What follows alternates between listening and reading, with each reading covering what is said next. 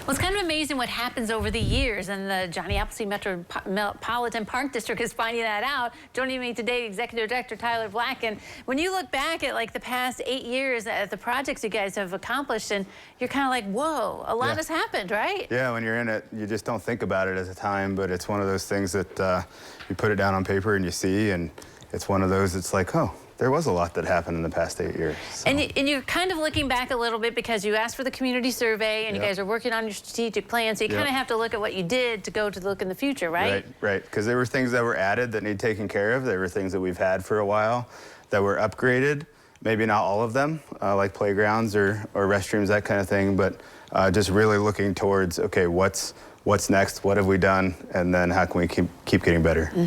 I think one of the amazing thing is 4 new areas. I mean, 4 new park areas. Wow. Right. I think the one thing with that is like they were very strategic in, or we were very strategic in how we spread those out. They weren't all mostly at one time. There were a couple that were close to each other, but even if you look at the history of the park district, you see kind of the steady growth from the early 70s until today. So, yeah, it was good.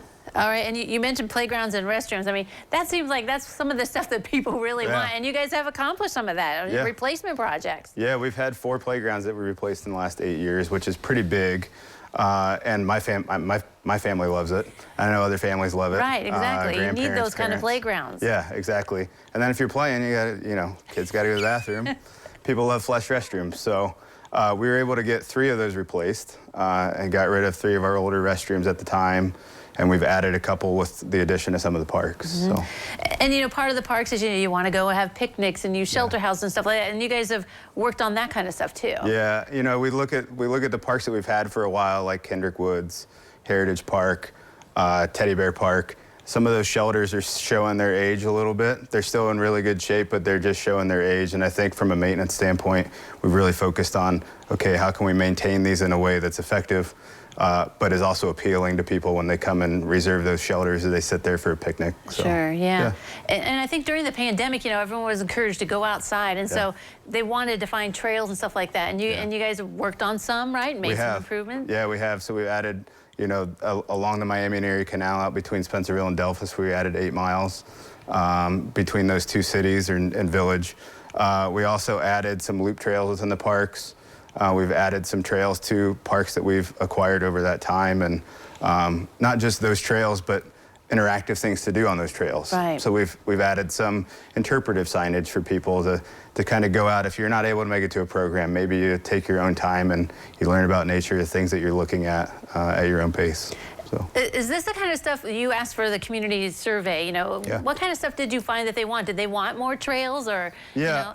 I think that's always a big topic, not just here, but across the state, is people like trails, they like kayaks and canoes, they like flush restrooms. We found that out again.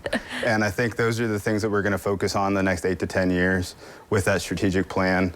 Hey, we did some of these, we've updated some of these, we can still work to make some of these better. So I think that's what we're focusing on. You also improved fishing with a dock too, and that's important too. Yeah, and it's accessible to everybody. It's ADA accessible out at Ottawa Metro Park, and it's one of those that we're able to do programs on it, but everybody can go out there and fish and have an opportunity, and that's what we're about. That's really great, yeah. So. And programs, you guys have so many great programs with your naturalists and stuff, and the amphitheater improvements made there, so people are more comfortable when they're out there. Yeah, we've got some awesome donations to help make those improvements.